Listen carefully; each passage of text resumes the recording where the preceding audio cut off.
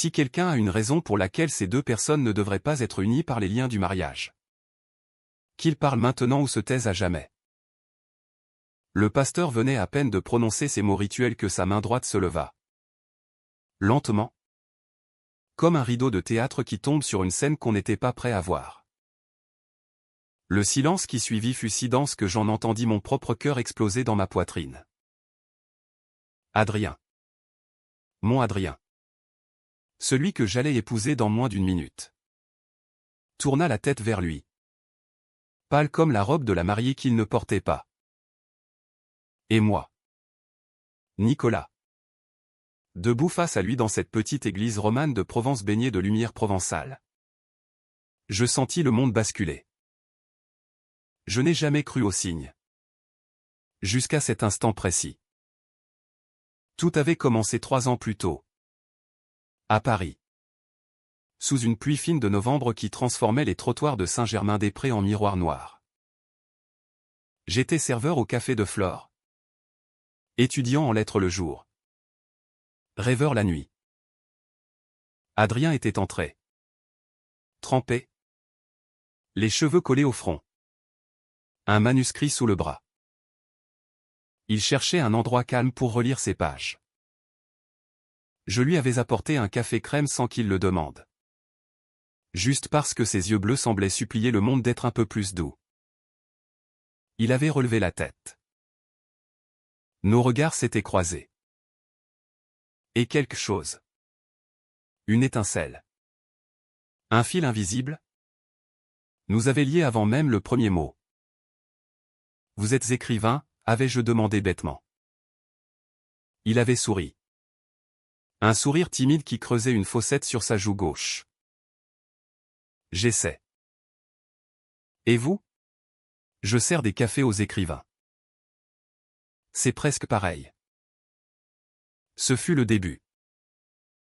Des soirées entières passées à parler de Proust. De Rimbaud. De la façon dont Verlaine aimait trop fort et trop mal. Adrien venait d'une famille bourgeoise de Lyon. Catholique pratiquante. Où l'on ne parlait jamais d'amour autrement qu'en termes de devoir et d'héritage. Moi. Enfant unique d'une mère professeure de piano à Montmartre. J'avais grandi dans une liberté bohème qui me permettait de dire « je t'aime » à un homme sans rougir. Mais Adrien. Lui. Portait son secret comme une croix. Il n'en parlait jamais. Pas encore. Les premiers mois furent un paradis clandestin. Nous nous retrouvions dans mon petit studio rue des Canettes. Les volets clos. La ville dehors qui continuait de vivre sans nous. Il m'embrassait avec une avidité presque douloureuse. Comme s'il voulait rattraper tout le temps perdu à se cacher. Je sentais parfois ses larmes sur mes joues quand il pensait que je dormais. Je ne posais pas de questions. J'avais peur de briser la fragile bulle que nous avions construite. Puis vint le voyage en Provence. Adrien voulait me montrer la maison de campagne de sa grand-mère. Une bastide abandonnée près d'Avignon. Nous y passâmes une semaine entière. Seul au monde. Les champs de lavande. Le chant des cigales. Le mistral qui faisait claquer les volets. C'est là qu'il me le dit pour la première fois. Un soir sur la terrasse. Une bouteille de rosé entre nous. Nicolas, si un jour je te fais du mal, ce ne sera pas parce que je ne t'aime pas. Ce sera parce que j'ai peur. Je ris. Je crus à une métaphore d'écrivain. Je l'embrassai pour le faire taire. Je n'aurais pas dû. De retour à Paris. Les fissures apparurent. Adrien recevait des appels qu'il prenait dans une autre pièce. Des lettres cachetées d'un blason familial.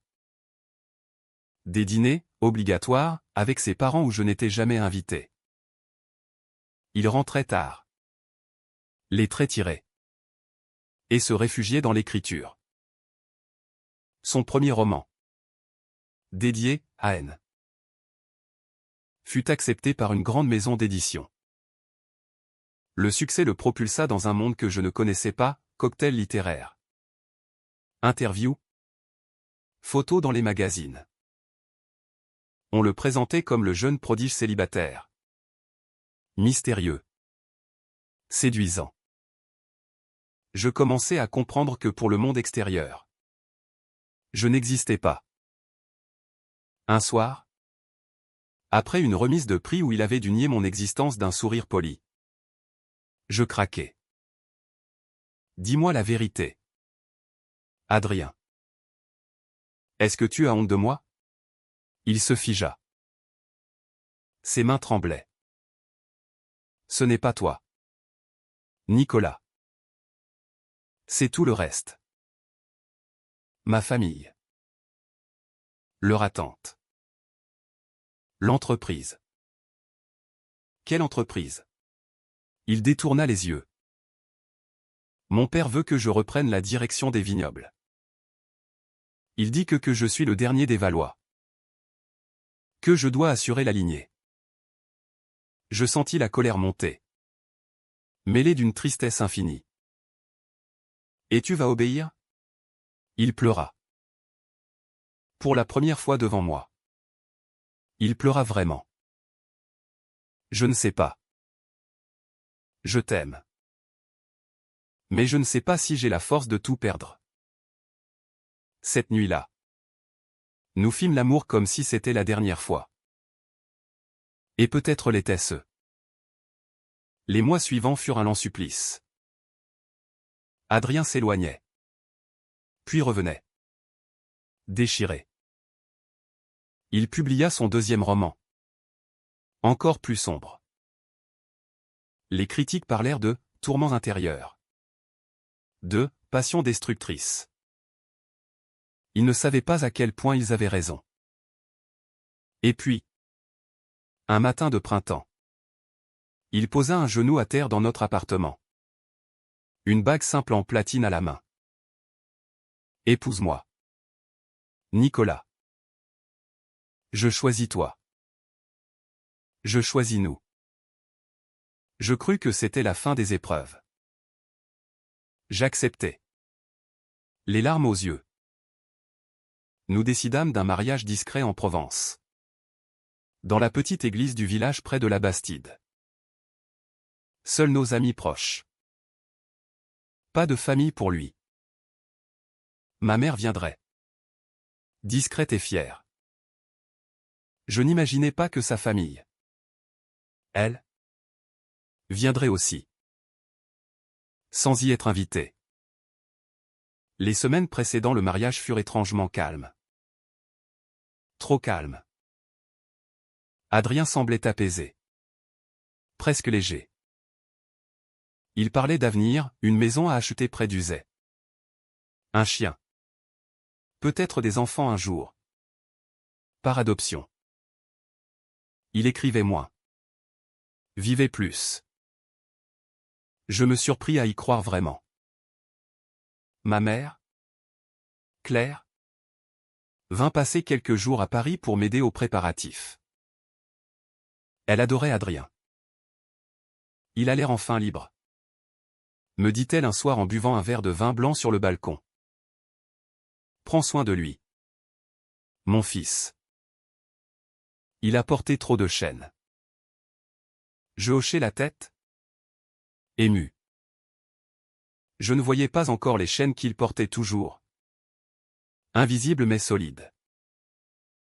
2 jours avant la cérémonie, Adrien partit seul en Provence, pour vérifier que tout était prêt à l'église. Il revint le lendemain. Les traits tirés. Les yeux rougis. Je mis cela sur le compte de la fatigue. Je ne posais pas de questions. Le jour J arriva. Ensoleillé et parfumé de thym. L'église Saint-Pierre était minuscule. Romane. Avec des pierres dorées par des siècles de soleil. Nos amis une quinzaine étaient là. Souriant. Ému. Ma mère, élégante dans une robe bleu lavande, serrait ma main très fort.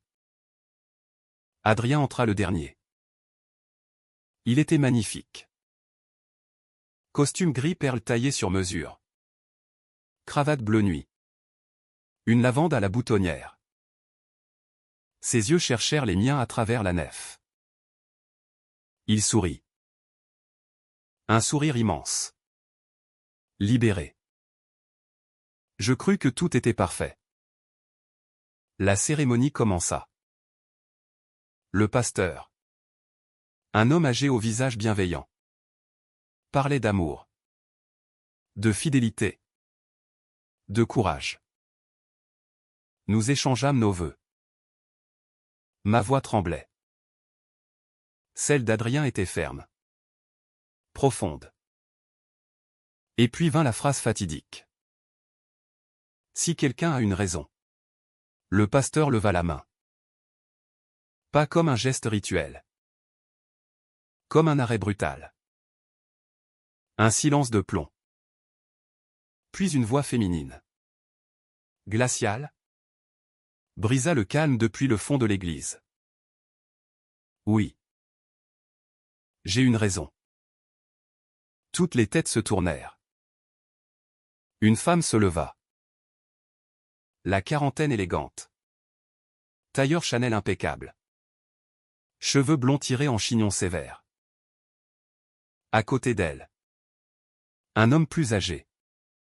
Costume sombre. Visage de marbre. Derrière eux. Deux jeunes hommes qui ressemblaient étrangement à Adrien. Sa famille. Adrien devint blanc comme un linceul. La femme avança dans l'allée centrale. Talons claquant sur la pierre. Adrien ne peut pas épouser cet homme. Déclara-t-elle d'une voix qui portait jusqu'aux voûtes.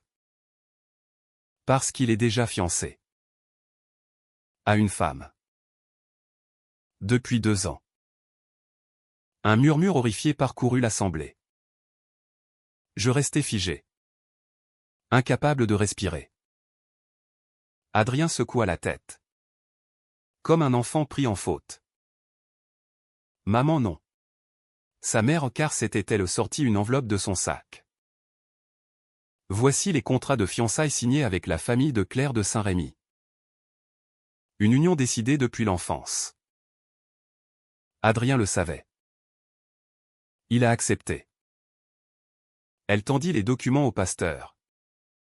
Qui les prit d'une main tremblante. Je trouvai enfin ma voix. Adrien, dis-moi que c'est faux. Il me regarda. Ses yeux étaient remplis de larmes. Et de terreur. Nicolas, je voulais te le dire. Le monde s'effondra. Ma mère se leva. Furieuse. Sortez. Sortez tous. Vous n'avez pas le droit. Mais le père d'Adrien parla enfin. Voix grave et autoritaire. Nous avons tous les droits. Notre fils est confus. Il a besoin d'aide. Cette liaison est une erreur qu'il regrette. Adrien cria, non. Je ne regrette rien. Sa mère le gifla. Fort. Le bruit résonna dans l'église comme un coup de feu. Je fis un pas en avant. Prêt à intervenir. Mais Adrien me retint du regard. Un regard suppliant. Ne fais pas de scandale. Pas ici. Je sentis la rage et la douleur me déchirer. Le pasteur. Dépassé. Balbutia, messieurs, je ne peux pas continuer dans ces conditions. Et il referma son livre.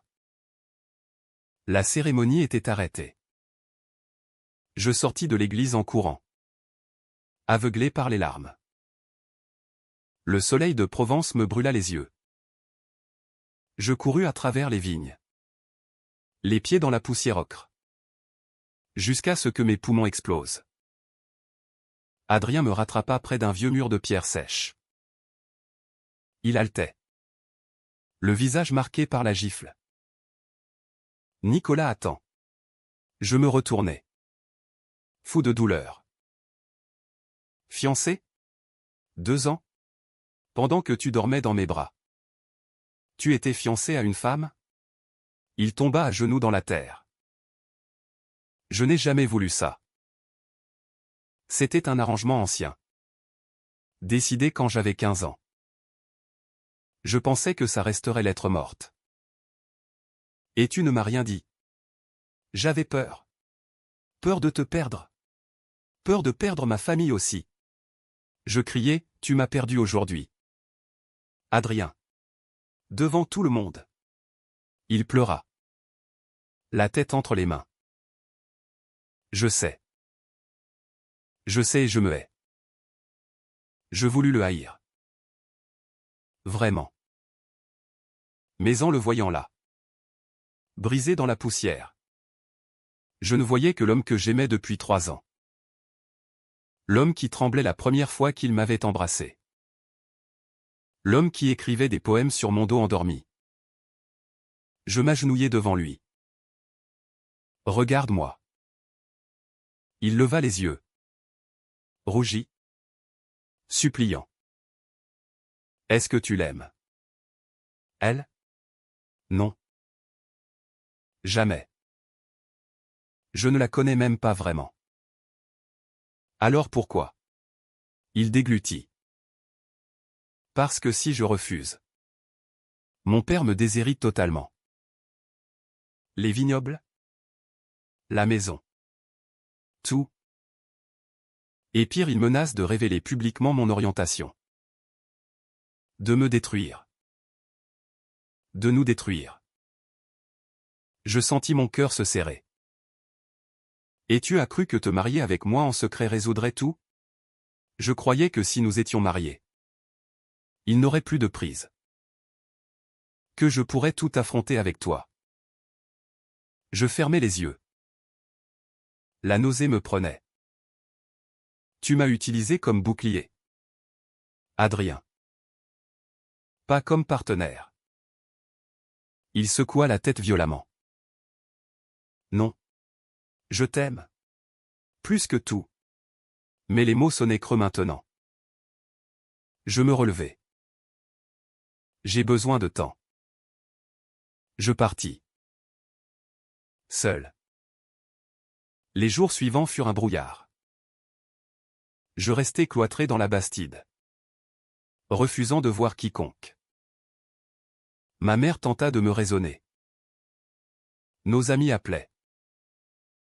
Adrien envoyait des messages que je supprimais sans lire. Puis un soir, on frappa à la porte. C'était le frère cadet d'Adrien. Julien. 25 ans. Le même regard bleu. Mais plus doux. Il va mal? Dit-il simplement. Très mal. Je le fis entrer malgré moi. Julien s'assit. Nerveux. Adrien n'a pas mangé depuis 3 jours. Il ne dort pas.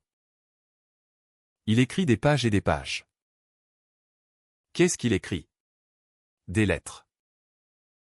À toi. À notre père. À lui-même. Il sortit une enveloppe de sa poche. Il m'a demandé de te donner ça. Si tu refuses de le voir. Je pris l'enveloppe. Mes mains tremblaient. Julien continua, notre père est un tyran. Nicolas. Il a toujours contrôlé Adrien. Depuis la mort de notre mère. C'est pire. Il voit en lui la continuation du nom. Il ne supporte pas ce qu'Adrien est. Je serrai l'enveloppe contre moi. Et toi? Julien haussa les épaules. Triste. Moi. Je suis le second. On me laisse plus de liberté. J'aime Adrien. Je veux qu'il soit heureux. Même si ça doit briser la famille. Il partit. Je restai seul avec la lettre. Je l'ouvris au milieu de la nuit. À la lueur d'une lampe. Adrien avait écrit 10 pages. Des mots déchirants. Sincère? Cru. Il racontait tout, la pression depuis l'enfance. La peur viscérale d'être rejeté. Les nuits où il avait failli se suicider à l'adolescence. La façon dont je l'avais sauvé sans le savoir. Il terminait par « Si tu ne me pardonnes pas, je comprendrai. Mais sache que je vais tout affronter. Avec ou sans toi. Parce que vivre dans le mensonge me tue plus sûrement que la vérité. » Je pleurais jusqu'à l'aube. Le lendemain, je pris la voiture et roulai jusqu'au domaine familial des Valois. Un château imposant au milieu des vignes. Adrien était là. Assis sur les marches du perron. Plus maigre. Les yeux cernés. Quand il me vit, il se leva d'un bond. Incrédule. Nicolas. Je m'arrêtai à quelques mètres. Je suis venu pour entendre la vérité. De ta bouche. Pas dans une lettre. Il hocha la tête. Les larmes déjà aux yeux. Nous marchâmes longtemps dans les vignes. Il parla. Longtemps. Il me raconta les réunions familiales où son père l'avait menacé de le faire interner s'il continuait ses déviances. Les contrats signés sous pression. La terreur d'être exposé dans la presse people. La culpabilité immense de m'avoir menti. Je pensais que je pourrais tout gérer seul. Dit-il d'une voix brisée. Que je te protégerai en te tenant à l'écart de cette folie. Mais je n'ai fait que te blesser plus. Je m'arrêtai au milieu d'une rangée de cèpes. Et maintenant? Il prit une grande inspiration. J'ai dit à mon père que je refusais le mariage arrangé. Que j'aimais un homme. Que s'il me déshéritait. Tant pis. Je le regardais. Stupéfait. Quand? Hier soir. Après avoir donné la lettre à Julien. Et qu'a-t-il répondu? Adrien eut un sourire amer. Il m'a frappé. Puis il m'a chassé. Il releva sa manche. Un hématome violet sur le bras. Je sentis la colère m'envahir. Il n'a pas le droit. Il a tous les droits qu'il s'arroge. Nous restâmes silencieux un long moment. Puis je pris sa main. Viens. Partons d'ici. Il me regarda. Les yeux pleins d'espoir et de peur. Tu me pardonnes? Je ne sais pas encore. Mais je ne te laisse pas affronter ça seul. Nous retournâmes à la Bastide. Ensemble. Les semaines suivantes furent difficiles. Adrien fit une dépression. Il ne mangeait presque plus. Dormait mal. Écrivait frénétiquement. Je veillais sur lui comme on veille un enfant blessé.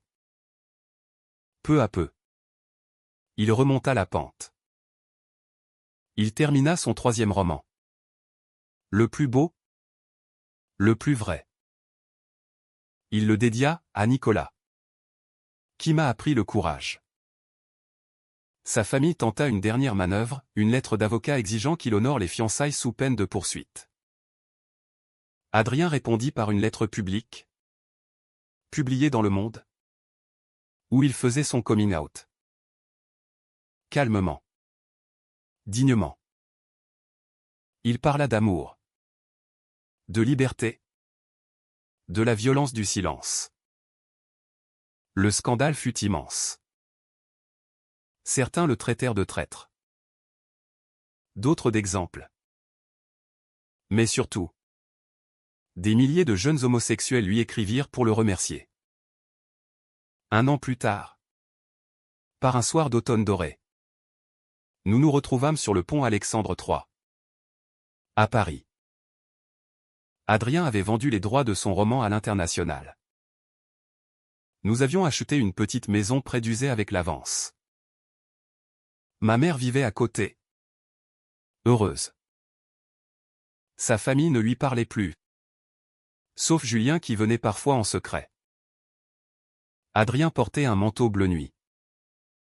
Moi. Mon éternelle écharpe rouge. Il s'arrêta au milieu du pont. Sortit une boîte de sa poche. Nicolas. Je ris. Les larmes aux yeux. Encore? Il ouvrit la boîte. La même bague en platine. Celle du premier mariage avorté. Cette fois. Pas d'église. Pas de pasteur. Juste toi et moi. Et la ville qui nous a vus naître. Je le regardais. Ses yeux brillaient. Veux-tu m'épouser? Pour de vrai? Devant le monde entier? Je pris son visage entre mes mains. Oui. 1000 fois oui. Nous nous embrassâmes sous les lumières du pont. Avec la Seine qui coulait tranquille en dessous et la tour Eiffel qui scintillait au loin. Plus tard, nous organisâmes une cérémonie toute simple. Au bord du Rhône. Avec nos amis. Ma mère. Julien. Pas de pasteur. Juste un ami qui lut un poème de Rimbaud. Adrien prononça ses vœux d'une voix claire. Je te promets la vérité. Toujours. Même quand elle fait mal. Parce que l'amour sans vérité n'est qu'une belle illusion. Je répondis, je te promets le pardon. Parce que l'amour sans pardon n'est qu'une prison dorée. Nous échangeâmes nos alliances. Et pour la première fois, je vis Adrien sourire sans ombre. Un sourire libre. La vie ne fut pas toujours facile. Il y eut des regards. Des murmures. Des portes fermées. Mais il y eut surtout des matins où nous nous réveillions enlacés. Des soirées à écrire côte à côte. Des voyages. Des rires. Adrien devint un porte-voix discret mais puissant pour les droits LGBT en France. Il créa une fondation pour les jeunes rejetés par leur famille. Et moi. Je devins son roc. Son mari. Parfois. La nuit. Il se réveillait en sursaut. Hanté par les souvenirs. Je le serrais fort et lui murmurais, je suis là. Nous sommes là. L'amour. Le vrai. N'efface pas les cicatrices. Il apprend à vivre avec. À les transformer en force.